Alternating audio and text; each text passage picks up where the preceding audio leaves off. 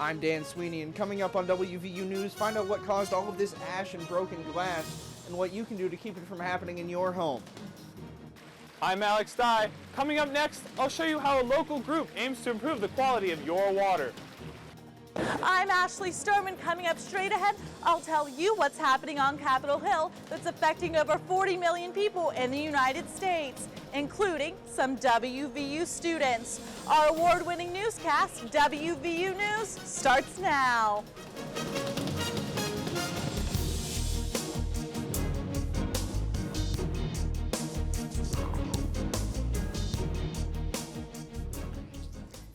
Seconds. That's all it takes for a small flame to turn into an out-of-control blaze. Find out how you can protect yourself from deadly house fires. I'm Haley Clover. And I'm Marissa Matola. 11 million illegal immigrants currently live in the United States, but President Obama's plan would make these immigrants American citizens. You're watching WVU News, an award-winning newscast produced by television journalism students right here at West Virginia University. It only takes a few minutes for a house to fill with thick black smoke and become a raging inferno. And Haley, did you know that winter is the peak time for home fires? Dan Sweeney joins us now in the studio with more. Dan? Thanks, Haley and Marissa. Almost 3,000 Americans die each year from fires, and 13,000 are injured. The U.S. Department of Homeland Security says that every family should have 2 escape plans, and you should practice every month how to get out of your home in case of a fire. A simple suggestion that could save your life. Flames ate through this apartment building early one morning, displacing 6 renters and sending 3 to the hospital with burns and lacerations. WVU student Zach Cholak lived below the apartment where the fire began. He made it out unharmed, but is worried he'll have a rough time starting over. I don't have any insurance coverage or anything, so everything that is lost is just lost. I don't have any way to recover. Cooking accidents account for more than 1/3 of winter home fires, but this one was caused by something different. It started at an electrical outlet inside of the boxes that contain the outlet. The exact cause, whether it was overloaded or a wiring problem or an outlet malfunction, we just don't know. So what does all of this mean for you this winter? The same things you've been hearing for years. Watch the stove while you're cooking, tend the fireplace, extinguish candles before bed, and keep at least 1 fire extinguisher in your home for emergencies. Now, one of the most important tools in your arsenal of fire safety is the smoke detector. And the United States Fire Administration recommends that you change your batteries twice a year. Smoke alarms are incredibly effective. When used properly, they double your survival rate. But even when you make it out, it can be hard to start over. 2 out of every 5 fire deaths come from homes without smoke detectors. And here in West Virginia, the state is ranked the 8th highest for fire mortality rates in the country. Haley, back to you. Thanks, Dan. We not only see an increase in fire during the winter months, car accidents are to blame for taking the lives of more than 30,000 Americans each year, and snow and ice are to blame for many of those deaths. The WVU community continues to mourn 21-year-old Sarah Graham, who was recently killed in a car crash on I-79 in Pennsylvania. Officials say Graham was the passenger of a car that hit a patch of ice and lost control. A tractor trailer then hit their vehicle. Graham was a member of Delta Gamma sorority and was a marketing major.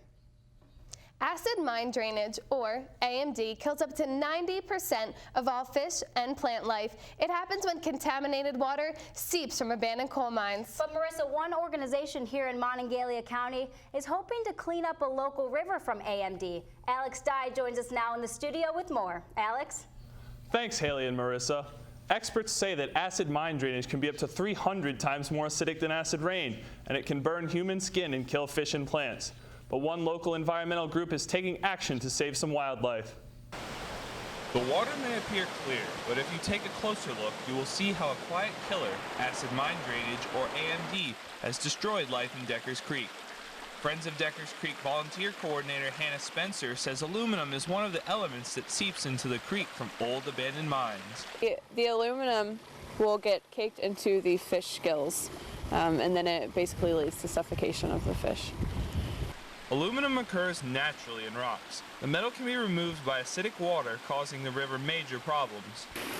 According to the EPA, a low pH and a high presence of aluminum are enough to result in fish kills. The pH of this water is around 5, enough to keep several species out. The abandoned Richard Mine in Monongalia County is the major source of acid mine drainage to Deckers Creek. According to Friends of Deckers Creek, the mine dumps more than a ton of acidity and more than 800 pounds of metal each day. I mean, there's so many different environmental issues to become aware of in the state, in Appalachia, in Morgantown. So there's just so much to learn. The National Resources Conservation Service hopes to build a treatment facility to eliminate AMD from the mine. Acid mine drainage is so dangerous because it can happen for thousands of years after a mine has been closed. Cleanup is time-consuming and expensive. WVU's Water Research Institute is offering over $100,000 in grants to help with the cleanup of AMD. Marissa, back to you. The state superintendent is offering his expert opinion when it comes to year-round schooling. James Fair says this could be a possible cure for the state's failing educational system. Reporter Jonathan Nelson tells us what some parents and teachers think of this idea. The State Board of Education is looking at the pros and cons of having students go to school year-round. Parent Angela Carver listens to her friends who teach in year-round schools. And some of them do have year-round school, and they've all offered me, kind of their opinions about what they think is better or worse. And the year-round school friends certainly think that there's an advantage. The State Board is allowing schools in Kanawha County to try out year-round school, but there is no word on when the change will start. I would like to have that, and I support them for that, because if they feel that would work in their school, then more power to them, because I would support that 100%. But if this change happens, school athletics, family vacations, and summer camps may need to be rescheduled. If year-round school goes into effect, students would spend 45 days in class and then have a 15-day break 4 times a year, which means over the summer, classrooms would not look like this. Angela Carver thinks about the educational benefits of year-round school instead of rescheduling. If Monongalia County schools were to go to year-round school, I think it would be an advantage to all students, but in particular those who might not be as academically achieving as others. Consistency is the key behind this calendar change proposal. State Board of Education studies show better test scores among students who attend year-round schools. Jonathan Nelson, WVU News, Morgantown. Year-round schooling is a top priority at this year's legislative session. While lawmakers are deciding if the idea should be made statewide, schools like Piedmont Elementary have already noticed improved attendance and grades as a result of a year-round school calendar. Lawmakers have other major decisions on the table, like President Barack Obama's immigration reform bill.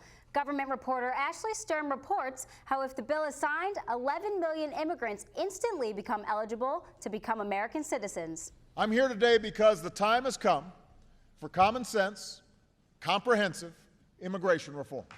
The time is now. Last month, President Obama called for immigration reform, an issue that continues to be highly debated in the U.S. Director of the WVU Immigration Law Clinic, Michael Blumenthal, believes reform is long overdue. It's tremendously bureaucratic, and that doesn't serve anybody because it costs us money. I think, we need to make it clearer, faster, fairer. And faster is exactly what Obama is aiming for. In a White House proposal leaked by USA Today, the president outlines a plan that would allow illegal immigrants to become legal residents within 8 years. But it's unclear how the president's plan will affect legal immigrants, including WVU student Shashira Srinivas. She is from India and plans to graduate in May, and then the pressure is on to find a job before her visa expires and she has to return home. I literally get 90 days to stay before either I get a job or go home. And, I've been in this country for a little over 3 years now. It may not have been the country I was born in. It may not have been the country that I am a citizen of. but I call it home. According to the 2010 census, there are over 40 million immigrants living in the United States, and there are students from over 100 different countries studying at WVU. A bipartisan group of U.S. senators are working on immigration reform that would include securing our borders and citizenship for undocumented workers. Ashley Sturm, WVU News, Morgantown.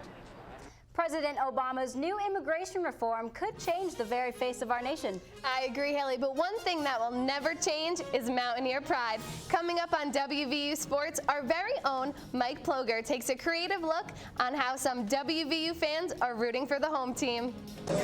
I'm Mike Ploger, and coming up, I'll show you how some of these crazy fans have a pep talk for the men's basketball team.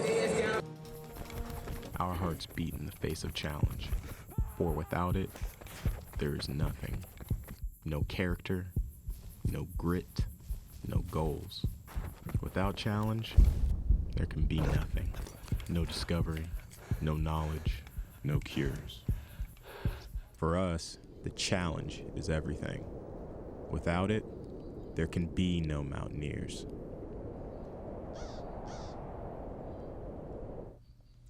Well, guys, it's hard to believe that the basketball season is already coming to a close. It seems like it just began, but as time ticks down, anticipation begins to build for the postseason. Sports reporter Mike Ploger has more. Mike? Thanks, Haley and Marissa. Head coach Bob Huggins has reached the NCAA tournament every year he's coached here at WVU. However, this year, things are coming down to the wire. This season has been a bit of an off year for WVU's basketball teams, and with March just days away, the pressure to dance is rising. Fans are not only attending the final games, but they also have a few words of encouragement for the team. Take a look. I think all of us college basketball fans need a pep talk.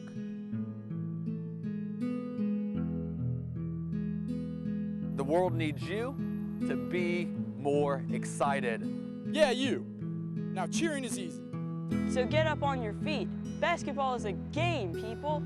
So enjoy it. March can be sweet. Or it can be sour. But listen, everybody, there is one thing that we just have to talk about. Whatever you do this March, let's not burn any couches. I mean, come on. These things are just too comfortable. And besides, it's frowned upon.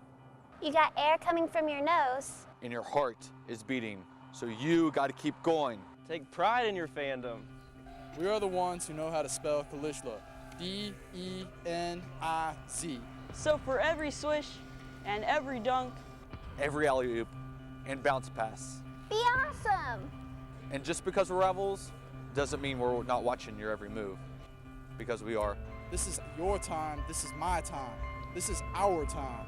Let's go, Mountaineers!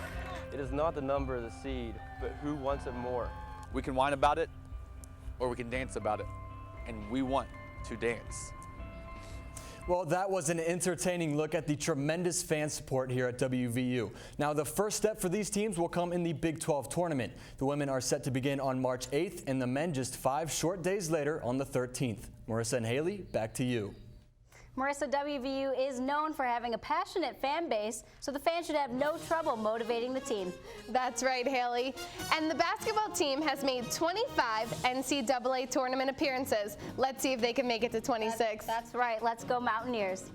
Well, that wraps up this week's edition of WVU News. You can visit us online at our website. You can also watch any of our shows on YouTube. And please follow us and our reporters on Twitter. I'm Marissa Matola. And I'm Haley Clover. Thanks for watching WVU News. We'll see you next time.